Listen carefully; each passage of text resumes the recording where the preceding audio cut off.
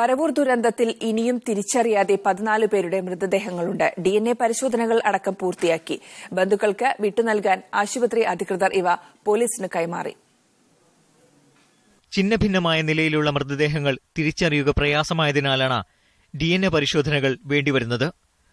അപകടത്തിൽ കാണാതായവരുടെ ബന്ധുക്കൾ ഇതിനോടകം അധികൃതരെ സമീപിച്ചിട്ടുണ്ടെങ്കിലും തുടർ നടപടികൾ പൂർത്തിയാക്കി മാത്രമേ മരിച്ചവരെ തിരിച്ചറിയാനാകൂ. 14 മൃതദേഹങ്ങളിൽ 8 കരുനാഗപ്പള്ളി, 4 കൊട്ടാരക്കര, 1 പുനലൂർ താലൂക്ക് ആശുപത്രികളിലെ ശീതീകരിച്ച മോർച്ചറികളിലും മറ്റൊന്ന് സ്വകാര്യ മെഡിക്കൽ കോളേജിലുമാണ് സൂക്ഷിച്ചിരിക്കുന്നത്. കൊല്ലം ജില്ലാ ആശുപത്രിയുടെ ചരിത്രത്തിൽ ആദ്യമായാണ് 86 പോസ്റ്റ്മോർട്ടങ്ങൾ ഒരു ദിവസം നടക്കുന്നത്. ആരോഗ്യവകുപ്പ് ഡയറക്ടറേറ്റ് യോഗം ചേരുകയും സ്ഥിതിഗതികൾ വിലയിരുത്തുകയും ചെയ്തു. കൊല്ലത്ത് ചികിത്സയിലുള്ള 25 പേരുടെ നില തൃപ്തികരമാണ്. പരിക്ക് പറ്റിയവരെ പ്രവേശിപ്പിച്ച വിവിധ ആശുപത്രികൾ സന്ദർശിച്ച ശേഷമാണ് ആരോഗ്യവകുപ്പ് അധികൃതർ യോഗം ചേർന്നത്. അപകടം നടന്ന പരവൂരിൽ പ്രത്യേകം മെഡിക്കൽ ക്യാമ്പ് സംഘടിപ്പിക്കാൻ DMOക്ക് ആരോഗ്യവകുപ്പ് ഡയറക്ടറേറ്റ് നിർദ്ദേശം നൽകിയിട്ടുണ്ട്. മീഡിയ 1 കൊല്ലം. വിവരങ്ങൾ നൽകാനായി കൊല്ലത്ത് നിന്ന് ശ്യാം ആർ ബാബു ചെയ്യുന്നുണ്ട്. ശ്യാം, ഇപ്പോൾ എവിടെയാണുള്ളത്? എത്ര പേരുടെ മരണമാണ് ഇപ്പോൾ രേഖപ്പെടുത്തിയിരിക്കുന്നത്? എന്തൊക്കെയാണ് മറ്റു വിവരങ്ങൾ?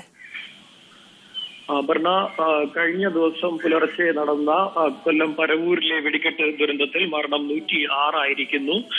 ഏതാണ്ട് 70ഓളം പേരാണ് അത്യാസന്ന നിലയിൽ ആശുപത്രിയിൽ കഴിയുന്നത്. വലിയ തോതിലുള്ള പൊള്ളലേറ്റ് ആശുപത്രിയിൽ കഴിയുന്നത്. അതിൽ 26 പേരെ ചികിത്സിപ്പിക്കുന്ന കൊല്ലം ജില്ലാ ആശുപത്രിയുടെ മുൻവശത്താണ് ഞാൻ നിൽക്കുന്നത്. ഇന്ന് രാവിലെ പ്രത്യേക ഡോക്ടർമാരുടെ സംഘം കൊല്ലം ജില്ലാ ആശുപത്രിയിൽ എത്തുമെന്ന് അറിയിച്ചിട്ടുണ്ട്. അതുപോലെ തന്നെ ഏതാണ്ട്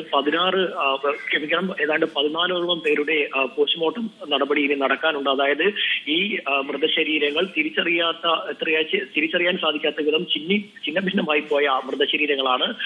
അതുകൊണ്ട് തന്നെ ഇതിൽ 10ഓളം എണ്ണം ഇനി പോസ്റ്റ്മോർട്ടം നടപടി പോലും പൂർത്തിയാക്കാൻ സാധിക്കില്ല എന്ന ഡോക്ടർമാർ അറിയിച്ചിട്ടുണ്ട്. അത്തരത്തിലുള്ള ഈ കൊല്ലത്തെ സ്വകാര്യ ആശുപത്രിയായ ശംഖുവത്തിന്റെ ഫ്രീസറിലേക്ക് മാറ്റുന്നതിനെ കുറിച്ച് കഴിഞ്ഞ ദിവസം രാത്രിയിൽ തീരുമാനമെടുത്തിരുന്നു. ഇത് സംബന്ധിച്ച് ഇന്ന് നടപടി ഉണ്ടായേക്കും. മാത്രമല്ല മറ്റ്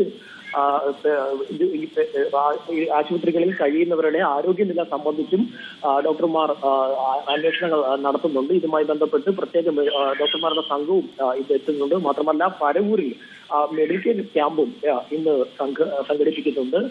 കൊല്ലം ജില്ലാ ആശുപത്രിയിൽ ഏതാണ്ട് 26 പേരാണ് ചികിത്സയിൽ കഴിയുന്നത്. നേരത്തെ 71ഓളം പേരുടെ മരണം, 70-ലധികം പേരുടെ മരണം കൊല്ലം ജില്ലാ ആശുപത്രിയിൽ സ്ഥിരീകരിച്ചിരുന്നു. മാത്രമല്ല ആശുപത്രിയുടെ ചരിത്രത്തിൽ തന്നെ ഏറ്റവും വലിയ പോസ്റ്റ്മോർട്ടം നടന്ന ഒരു ദിവസം കൂടിയായിരുന്നു കഴിഞ്ഞ ദിവസം. ഏതാണ്ട് സംസ്ഥാനത്തെ ഞെട്ടിച്ച ഒരു വൻ ദുരന്തം കഴിഞ്ഞ് ഒരു ദിവസം പിന്നിട്ടിരിക്കുന്നു. എങ്കിലും കൊല്ലം ഇതുവരെയും ആ ഒരു ദുരന്തത്തിൽ നിന്ന് മുക്തമായിട്ടില്ല. പ്രത്യേകിച്ചും ഇന്ന് രാവിലെ തന്നെ ആളുകൾ ആശുപത്രിയിലേക്ക് എത്തിക്കൊണ്ടിരിക്കുകയാണ്. കഴിഞ്ഞ ദിവസം രാത്രിയിലും ആശുപത്രിയുടെ മുൻവശത്ത് പ്രത്യേക പട്ടിക തയ്യാറാക്കി, അതായത് പരിക്കേറ്റവരുടെയും അതുപോലെ തന്നെ മരണം സംഭവിച്ചവരുടെയും പട്ടിക തയ്യാറാക്കി ആശുപത്രിയുടെ മുന്നിൽ പ്രദർശിപ്പിച്ചിരുന്നു. ഇത് നോക്കുന്നതിനായി ഇന്ന് രാവിലെയും എനിക്ക് ഇവിടെ നിന്ന് കാണാൻ സാധിക്കും.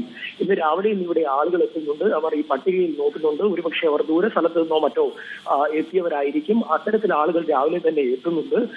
ഏതായാലും ആ ഒരു ദുരന്തത്തിൽ നിന്ന് ഇപ്പോഴും കൊല്ലം മുക്തമായിട്ടില്ല. ഒരുപക്ഷെ സംസ്ഥാനം കണ്ടതനുസരിച്ച് രാജ്യത്തിന്റെ തന്നെ ശ്രദ്ധ ഇങ്ങോട്ടേക്ക് കൊല്ലത്തേക്ക് എത്തുന്ന തരത്തിലുള്ള അത്രത്തോളം വലിയൊരു ദുരന്തം ഇതുവരെ ഉണ്ടായിട്ടില്ലാത്ത തരത്തിലുള്ള ഒരു ദുരന്തം ഉണ്ടായ ഒരു ദിവസമായിരുന്നു കഴിഞ്ഞ ദിവസം. ഓരോ മണിക്കൂറുകളിലും മരണനിരക്ക് ഉയരുന്ന ഒരു സാഹചര്യം സംസ്ഥാനത്തെ പോലും ഞെട്ടിച്ചു. എങ്ങനെ ഈ ഒരു പ്രതിസന്ധിയെ നേരിടണം എന്നുള്ളതിനെ കുറിച്ച് ഒരുപക്ഷെ ഒരു സമയത്ത് നമ്മൾ അത്ഭുതപ്പെട്ട് നിൽക്കുന്ന ഒരു സാഹചര്യം വരെ ഉണ്ടായി. എങ്ങനെ ഈ ഒരു പ്രതിസന്ധിയെ നേരിടുമെന്ന ഒരു സാഹചര്യം രാജ്യം മുഴുവൻ ശ്രദ്ധിക്കുന്ന ഒരു സമയമായിരുന്നു കഴിഞ്ഞ ദിവസം. മാത്രമല്ല എല്ലാ രാഷ്ട്രീയ പാർട്ടികളും അതുപോലെ തന്നെ സാമൂഹിക സംഘടനകളും ഈ ഒരു രക്ഷാപ്രവർത്തനങ്ങളിലും അതുപോലെ തന്നെ ആളുകളെ ആശുപത്രിയിൽ എത്തിക്കുന്ന മറ്റു കാര്യങ്ങളിലും ശ്രദ്ധ ചെലുത്തി. കഴിഞ്ഞ ദിവസം നമുക്ക് എടുത്തു പറയേണ്ടത്, കഴിഞ്ഞ ദിവസം കൊല്ലത്തെ ഒട്ടുമിക്ക ആംബുലൻസ് സർവീസുകളും ാണ് ഇവിടെ പ്രവർത്തിച്ചിരുന്നത്. ഏതാണ്ട് 25-ലധികം ആംബുലൻസുകളാണ് കഴിഞ്ഞ ദിവസം സൗജന്യമായി ഈ രക്ഷാപ്രവർത്തനത്തിൽ പങ്കുകൊണ്ടത്. മാത്രമല്ല സൗജന്യമായി ഭക്ഷണം എത്തിക്കുന്നതിന് വേണ്ടിയുള്ള കാര്യങ്ങളും സാമൂഹിക പ്രവർത്തകരുടെ ഭാഗത്തു നിന്നും സന്നദ്ധ സംഘടനകളുടെ ഭാഗത്തു നിന്നും ഉണ്ടായിരുന്നു. പോലീസിനൊപ്പം ചേർന്നുകൊണ്ട് ഓരോ ശവശരീരങ്ങളും മൃതശരീരങ്ങളും ഇവിടേക്ക് എത്തിക്കുന്നതിന് വേണ്ടി സന്നദ്ധ സംഘടനാ പ്രവർത്തകർ. ദയവായി തുടരുക. ഇപ്പോൾ തിരുവനന്തപുരം മെഡിക്കൽ കോളേജിൽ നിന്ന് റഹീസ് ചേരുന്നുണ്ട്. റഹീസ്, എന്തൊക്കെയാണ് ഇന്ന് രാവിലെ തരാൻ കഴിയുന്ന ഏറ്റവും പുതിയ വിവരങ്ങൾ? നിസ, ഇന്നലെ രാത്രി മെഡിക്കൽ ബോർഡ് യോഗം ചേർന്നിരുന്നു. ഡൽഹിയിൽ നിന്നെത്തിയ ഉന്നത ഡോക്ടർമാരും കൂടി പങ്കെടുത്ത ഒരു യോഗമായിരുന്നു. തിരുവനന്തപുരം ജില്ലാ കളക്ടറും DMOയും ആരോഗ്യവകുപ്പ് സെക്രട്ടറി TK ഇളങ്കോവനും അതിൽ പങ്കെടുത്തിരുന്നു. ഇന്നലത്തെ സ്ഥിതിഗതികൾ മുഴുവൻ കാര്യങ്ങളും യോഗത്തിൽ ചർച്ച ചെയ്തു.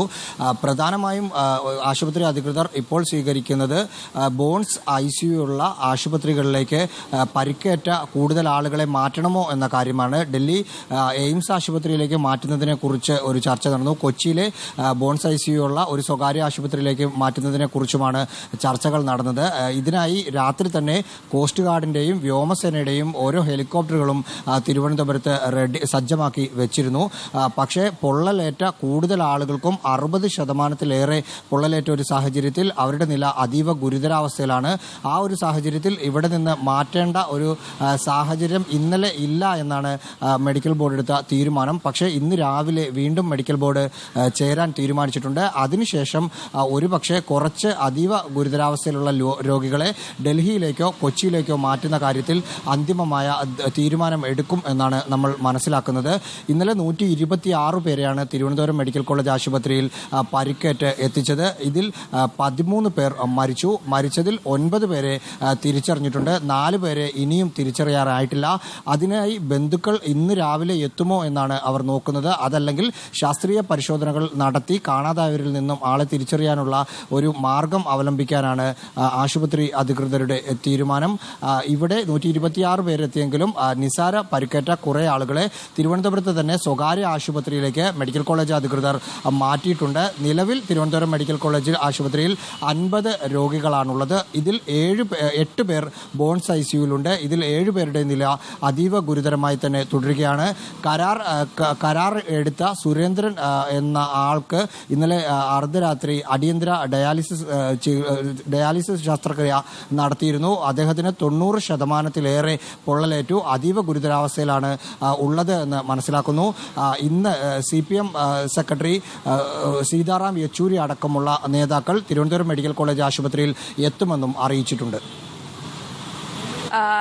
റഹീസ്, ഇന്നലെ പലർക്കുമെതിരെ കേസെടുക്കുകയുണ്ടായി, 5 പേരെ അറസ്റ്റ് ചെയ്യുമെന്ന് പറയുകയുണ്ടായി. എന്താണ് അതിന്റെ വിശദാംശങ്ങൾ?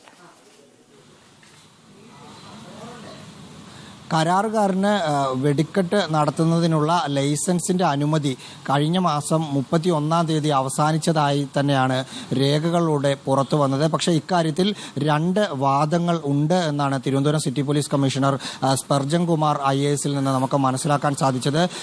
കരാറിന് അതുകൊണ്ട് തന്നെ അക്കാര്യത്തിൽ അവരെ കസ്റ്റഡിയിൽ കുറേ ആളുകളെ എടുത്തിരുന്നു. 5 പേരെയാണ് കരാർ കമ്പനിയുമായി ബന്ധപ്പെട്ട 5 തൊഴിലാളികളെയായിരുന്നു ഇന്നലെ കഴക്കൂട്ടം പോലീസ് കസ്റ്റഡിയിലെടുത്തത്. അതിൽ പ്രധാനമായും ഇന്നലെയും അവരെ ചോദ്യം ചെയ്തുകൊണ്ടിരിക്കുകയായിരുന്നു. കാരണം വെടിക്കെട്ട് നടന്ന സംഭവ സ്ഥലത്ത് ഉണ്ടായിരുന്ന ആളുകളാണ് ഈ 5 പേരും. അവർക്ക് പരിക്കൊന്നും ഏൽക്കാതെ രക്ഷപ്പെട്ടു എന്നതുകൊണ്ട് തന്നെ പോലീസ് ചെറിയൊരു സംശയത്തിന്റെ പേരിൽ തന്നെയാണ് കസ്റ്റഡിയിലെടുത്തത്. പക്ഷേ ഇവർ സ്ഥിരമായി വെടിക്കെട്ടുമായി ബന്ധപ്പെട്ട് നിൽക്കുന്നത് കൊണ്ട് തന്നെ മുൻകരുതൽ കാര്യങ്ങൾ അവർക്കറിയാമായിരുന്നു. അവർ നിലത്ത് കമഴ്ന്ന് കിടന്നതുകൊണ്ടാണ് രക്ഷപ്പെട്ടത് എന്നാണ് പോലീസിന്റെ ചോദ്യം ചെയ്തലിൽ പറഞ്ഞത്. ഈ ഒരു സാഹചര്യത്തിൽ അവരുടെ അറസ്റ്റോ മറ്റു കാര്യങ്ങളോ രേഖപ്പെടുത്തിയിട്ടില്ല.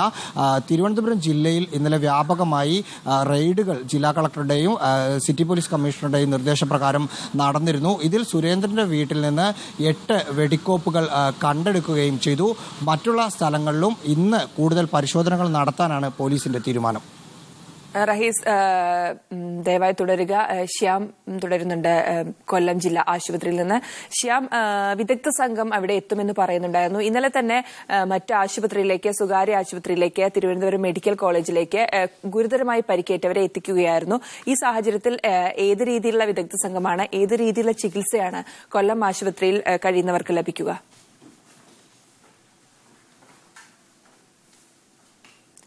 ചെറിയ സാങ്കേതിക തകരാറുണ്ട്.